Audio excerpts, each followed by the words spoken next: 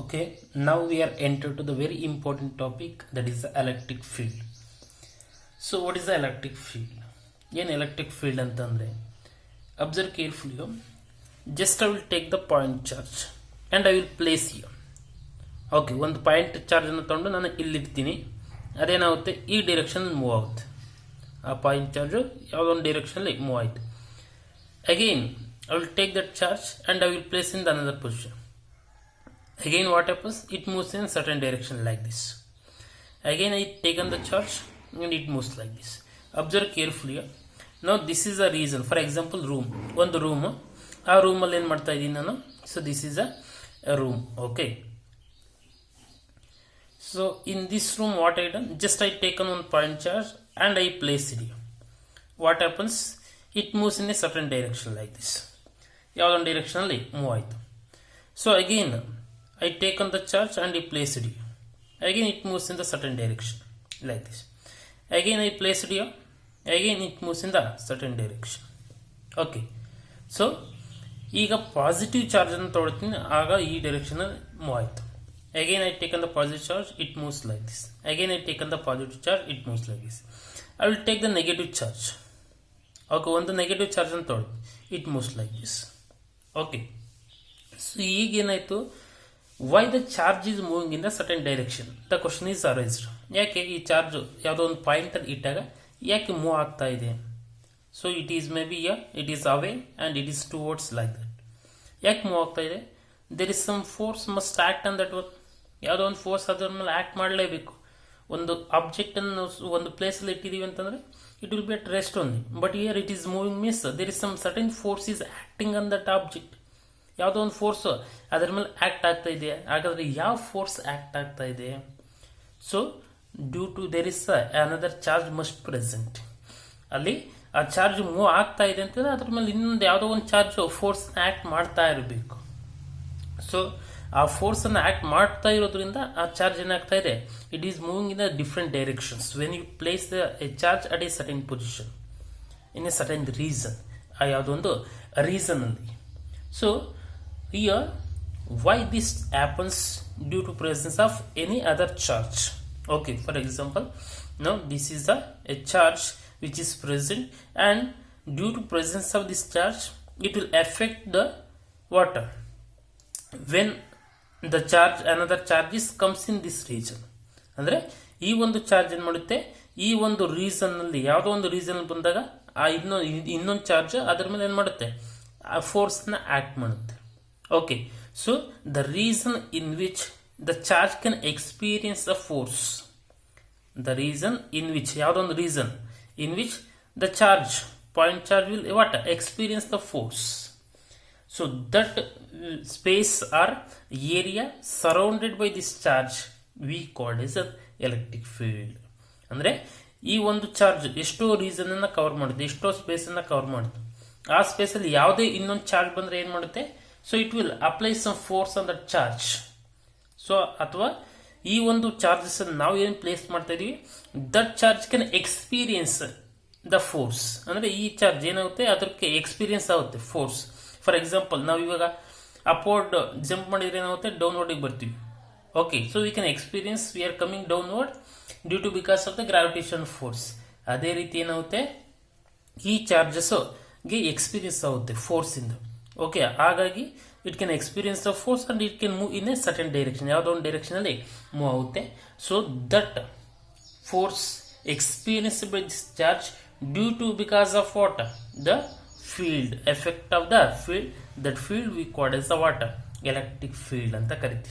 Okay, so what is the definition of this electric field? An effect in a space ಯಾವುದಕ್ಕೆ? to which the charge experience the force. ಈ charge ಏನು ಮಾಡುತ್ತೆ? Experience ಆಗುತ್ತೆ force. ಯಾವ reason ಅಲ್ಲಿ ಅದು experience ಆಗುತ್ತೆ, ಆ ಒಂದು ರೀಸನ್ ನಾವೇನಂತ ಕರಿತೀವಿ? ಎಲೆಕ್ಟ್ರಿಕ್ ಫೀಲ್ಡ್ ಅಂತ ಕರಿತೀವಿ. So that effect we call as the electric field. Now we can write the definition. The electric field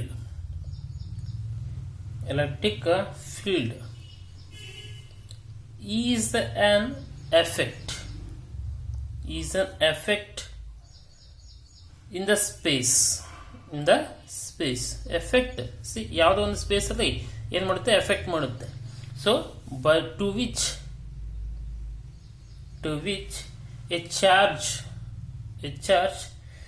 experience a force. See, electric field is the effect in which the charge will experience the force. ಆ ಒಂದು reason ಅಲ್ಲಿ ಏನು ಮಾಡುತ್ತೆ, ಆ ಒಂದು charge ಗೆ experience ಆಗುತ್ತೆ force ಇರ್ತಕ್ಕಂಥದ್ದು. ಸೊ ಆ ಒಂದು ರೀಸನ್ ನಾವೇನಂತ ಕರಿತೀವಿ, ಎಲೆಕ್ಟ್ರಿಕ್ ಫೀಲ್ಡ್ ಅಂತ ಕರಿತೀವಿ. ನಾವು the next concept is electric field intensity. ಏನು, ಓಕೆ, ನಾವೇನು ಮಾಡಿದ್ವಿ, ಚಾರ್ಜ್ಗೆ ಫೋರ್ಸ್ ಎಕ್ಸ್ಪೀರಿಯನ್ಸ್ ಆಗುತ್ತೆ ಅಂತ ಹೇಳ್ತೀವಿ. ಓಕೆ, ಈ ಒಂದು ರೀಸನ್ ಅಲ್ಲಿ ಇರ್ತೀನಿ, ಆಗ ಎಷ್ಟು ಫೋರ್ಸ್ ಎಕ್ಸ್ಪೀರಿಯನ್ಸ್ ಆಯಿತು. ಈ ಒಂದು ರೀಸನ್ ಅಲ್ಲಿ ಇರ್ತೀನಿ, ಆಗ ಎಷ್ಟು ಫೋರ್ಸ್ ಎಕ್ಸ್ಪೀರಿಯನ್ಸ್ ಆಯಿತು. So how we can know that whatever the field is there, it is how much strong or how much weak. So for that we are introduced the another concept, that is the electric field intensity. ನಾವು electric field ಇದೆ ಅಂತ ಹೇಳಿದ್ವಿ, ಅದು strong ಆಗಿದೆಯೋ weak ಆಗಿದೆಯೋ ಅಂತ ಯಾವ ಥರ ಹೇಳ್ತೀವಿ, based on the concept of what, electric field intensity. So ಏನು ಎಲೆಕ್ಟ್ರಿಕ್ ಫೀಲ್ಡ್ ಇಂಟೆನ್ಸಿಟಿ ಅಂತಂದರೆ, that is electric field intensity. Electric field intensity. Observe carefully. What is this electric field intensity? Or how much the electric field is strong or weak, or whether it is there or not. Okay. So ಯಾವ ರೀತಿ ಹೇಳ್ತೀವಿ, see the intensity of electric field at a point. ಯಾವುದೋ ಒಂದು point ಅಲ್ಲಿ ಇಂಟೆನ್ಸಿಟಿನ measure ಮಾಡಬೇಕು. ಈ ಒಂದು point ಅಲ್ಲಿ ಎಷ್ಟಿದೆ, ಈ ಒಂದು ಪಾಯಿಂಟ್ ಅಲ್ಲಿ ಎಷ್ಟಿದೆ. For example I will give the, ಈಗ ನೀವು ಒಂದು ರೂಮ್ಗೆ ಹೋಗ್ತೀರಾ, ಓಕೆ, ಸೊ ಒಂದು ಪಾಯಿಂಟ್ ಚಾರ್ಜನ್ನ ಇಡ್ತೀರಾ. So it will move away fastly. Okay, so ತುಂಬ ಫಾಸ್ಟಾಗಿ ಹೋಗುತ್ತೆ, ತುಂಬ ದೂರ ಹೋಗುತ್ತೆ. ಇನ್ನೊಂದು ರೂಮ್ಗೆ ಹೋಗ್ತೀರಾ, ವಿಲ್ ಪ್ಲೇಸ್ ದ ಚಾರ್ಜ್, ಒಂದು ಚಾರ್ಜನ್ನ ಇಡ್ತೀರಾ, it will move a small distance. And you will go to the another room and will place the charge. In that case you will place the charge, it doesn't move. ಏನು meaning ಆಗಂದರೆ, ಆ charge ಎಲ್ಲಿ ಇಟ್ಟಿದ್ರೋ ಅಲ್ಲೇ ಇದೆ ಅಂತಂದ್ರೆ, what is the meaning of that one? There is no force experience by the what, charge. ಆ ಒಂದು ಚಾರ್ಜ್ ಇದಕ್ಕೆ ಯಾವುದೇ ಫೋರ್ಸ್ ಎಕ್ಸ್ಪೀರಿಯನ್ಸ್ ಆಗಲ್ಲ. So it will there in the same position only. But ಇಲ್ಲಿ ಜಾಸ್ತಿ ದೂರ ಮೂವ್ ಆಗ್ತಾ ಇದ್ದೇನೆ, maybe it is on the water, a larger force is experience by the water charge. In that case you can say it is on the larger electric field, ಆ stronger electric field ಅಂತ ಹೇಳ್ತೀವಿ. ಯಾವಾಗ charge ಜಾಸ್ತಿ ಫೋರ್ಸನ್ನು experience ಮಾಡುತ್ತೋ, we can say that the electric field is very much strong. If the charge will experience the less force, we can say the less electric field is there, or a weaker electric field is there. Weak electric field ಇದೆ ಅಂತ ಹೇಳ್ಬೋದು. Okay, so observe carefully. ಈಗ ಇರ್ತಕ್ಕಂಥ charge ನಾವು ಯಾವ basis ಮೇಲೆ ಹೇಳ್ತಾ ಇದೀವಿ, ಎಲೆಕ್ಟ್ರಿಕ್ ಫೀಲ್ಡ್ ಸ್ಟ್ರಾಂಗ್ ವೀಕ್ ಅಂತ, ಎಷ್ಟು ಫೋರ್ಸನ್ನು ಎಕ್ಸ್ಪೀರಿಯನ್ಸ್ ಮಾಡುತ್ತೆ ಚಾರ್ಜ್ ಅಂತಕ್ಕಂಥದ್ದು. So that we can say the force is directly proportional to the what, charge.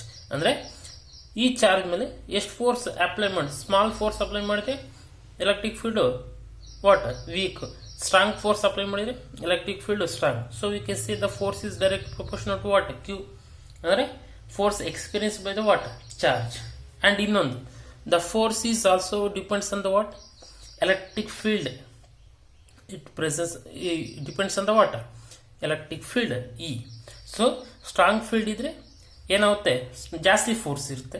Weak field ಇದ್ರೆ ಕಮ್ಮಿ ಫೋರ್ಸ್ ಇರುತ್ತೆ. So that we can say F is directly proportional to what, E.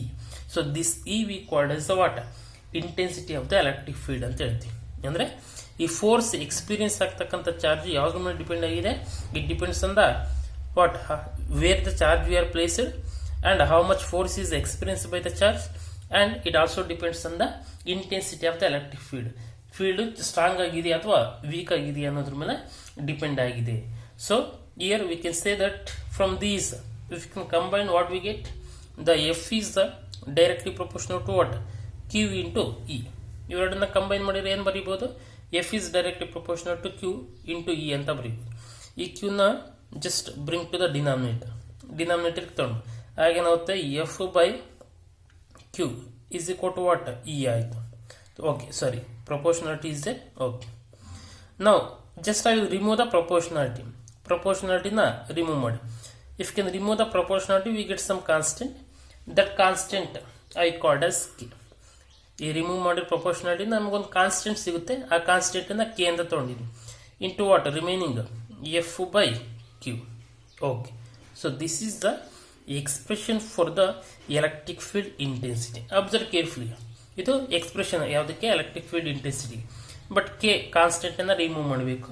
For that what I will do, for example whatever the charge you are taken, okay ಏನು charge ಅನ್ನು ತೊಗೊಂಡಿದ್ವಿ, that is on the value of 1 coulomb. Okay, and it will experience the force of 1 newton. Okay, ಏನು charge Q ಇದೆ ಇಲ್ಲಿ, that charge Q is how much, having the charge of 1 coulomb, and it will experience the force of what, 1 Newton, having an electric field E is equal to what, 1. In that case just substitute the values here, values ಅನ್ನು substitute ಮಾಡು. So E is equal to ಎಷ್ಟು, 1 is equal to K into force ಎಷ್ಟು, 1 Newton by Q 1.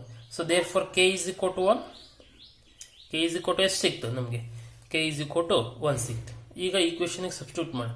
therefore E is equal to K ಅಂದ್ರೆ ಎಷ್ಟು, 1, remaining is what, F by what, Q. Therefore the electric field E is equal to what, this F by Q, the electric field intensity. You have to remember that electric field intensity or electric field both are same only, but how much it is strong or how much it is weak, just we are expressed in terms of the water, how much force experienced by the charge. Okay, ಎಷ್ಟು ಫೋರ್ಸ್ನ experience ಆಯಿತು ಅನ್ನೋದ್ರ ನಾವು define ಮಾಡ್ತೀವಿ. Okay, so observe carefully. For from this what we can say that are how we can define how much it is, means electric field is nothing but what, force per unit charge. Okay, so from this equation ನಾವೇನಂತ ಹೇಳ್ಬೋದು, so how much electric field ಇದೆ, force experienced per unit charge, ಎಷ್ಟು experience ಆಯಿತು ಅನ್ನೋದ್ರ ಮೇಲೆ ನಾವು electric ಫೀಲ್ಡ್ನ define ಮಾಡ್ತೀವಿ. So otherwise you can hear if they ask what is an electric field intensity, how much ಅಂತಂದರೆ E is equal to F by Q ಅಂತ. But what is an electric field intensity ಅಂತ question ಕೇಳಿದರೆ, see ಇದು intensity of the electric field, you have to write in terms of the water sentence, the intensity of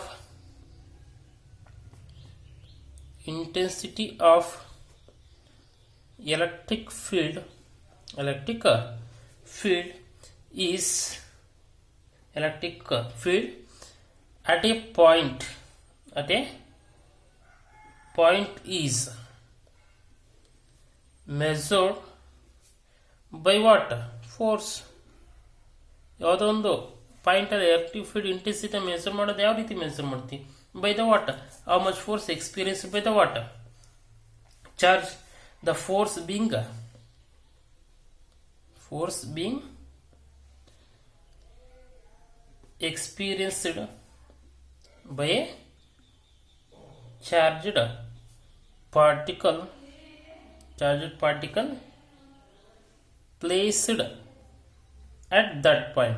placed at that point. C ಇವಾಗ ಯಾವುದೋ ಒಂದು ಇದು ಎಷ್ಟು electric field ಇತ್ತು. Okay, so ನಾನು ಇಲ್ಲಿ ಚಾರ್ಜನ್ನು ಪ್ಲೇಸ್ ಮಾಡ್ತೀನಿ. ಸೊ ಈ ಚಾರ್ಜ್ ಏನಾಗುತ್ತೆ, it will experience the A small force, V can say the electric field intensity small, ಅಂದರೆ ಇಲ್ಲಿ ಫೀಲ್ಡು ವೀಕ್ ಆಗಿದೆ ಅಂತ. ನಾನು ಇಲ್ಲಿ ಪ್ಲೇಸ್ ಮಾಡ್ತೀನಿ ಚಾರ್ಜ್ನ, ಇದಕ್ಕೆ ಜಾಸ್ತಿ ಫೋರ್ಸ್ ಎಕ್ಸ್ಪೀರಿಯನ್ಸ್ ಆಗುತ್ತೆ, ನಾನು ಹೇಳ್ತೀನಿ ಜಾಸ್ತಿ ಸ್ಟ್ರಾಂಗ್ ಆಗಿದೆ ಎಲೆಕ್ಟ್ರಿಕ್ ಫೀಲ್ಡ್ ಅಂತ. So that is the meaning, the intensity of what, electric field at a point is measured by the what, force experienced by a charged particle placed at that point. ಯಾವ point ಅಲ್ಲಿ ಇರ್ತೀವಿ ಆ point ಅಲ್ಲಿ ಎಷ್ಟು force experience ಆಗುತ್ತೆ, ಆ ಒಂದು basis ಮೇಲೆ ಎಲೆಕ್ಟ್ರಿಕ್ ಫೀಲ್ಡ್ ಸ್ಟ್ರಾಂಗ್ ಆಗಿದೆಯೋ ಅಥವಾ ವೀಕ್ ಆಗಿದೆಯೋ ಅಂತಕ್ಕಂಥದ್ದನ್ನ ನಾವು ಡಿಫೈನ್ ಮಾಡ್ತೀವಿ. Okay, so this is what the electric field intensity. Now in the next class you can see how we can measure the measurement of this electric field intensity.